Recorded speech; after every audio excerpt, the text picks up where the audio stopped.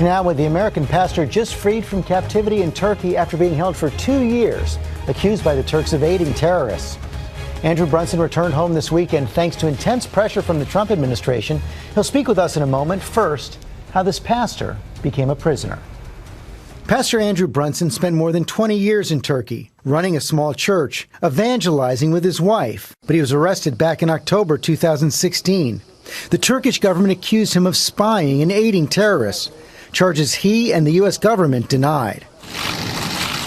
The president pushed for Brunson's release, and upon his safe return, he welcomed Brunson and his wife to the Oval Office. Turkish prison to the White House in 24 hours. That's not bad.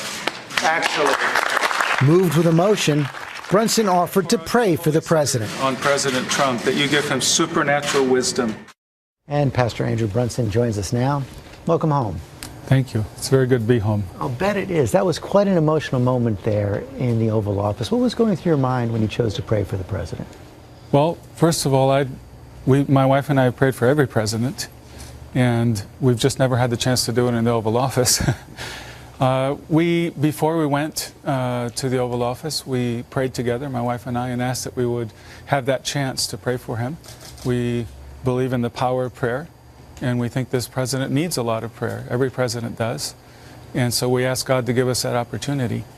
You spent 20 years in Turkey, and then October 2016, you were taken prisoner. Did you have a sense of what was happening then?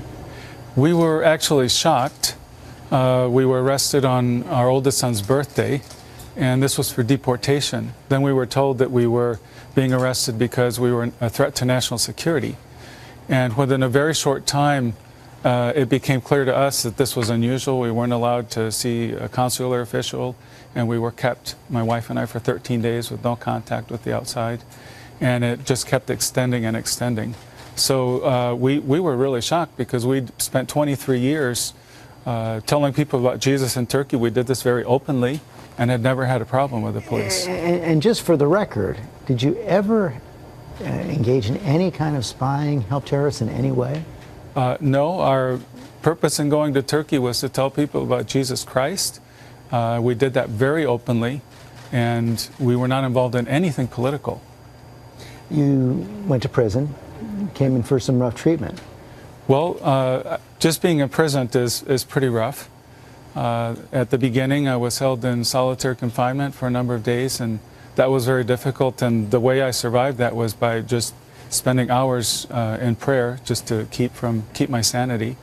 And then I was kept in a cell for 8 people, but there were over 20 of us there, so it was very crowded, I was very isolated both by language and by culture, nationality, and also by religion. It was all the people I was with were very strong Muslims. They were all arrested as Muslim terrorists as part of the Gülenist movement. And so it was like living in a mosque in many ways. Did you ever feel like you were in physical danger?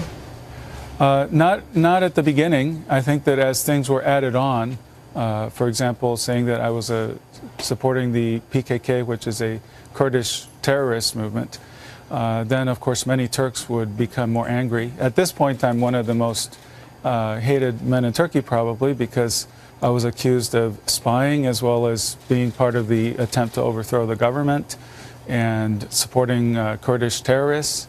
And then, of course, when they started having economic problems after President Trump imposed sanctions, then I was blamed for the change in the economy. You're hated in Turkey, but Christians here took up your cause. Did you feel that movement?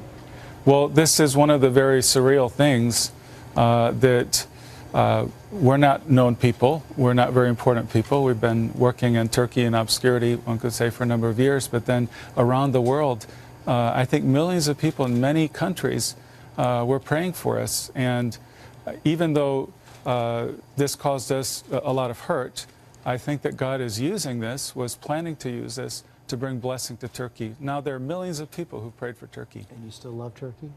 We do, yes. Pastor Brunson, thanks for your time this morning.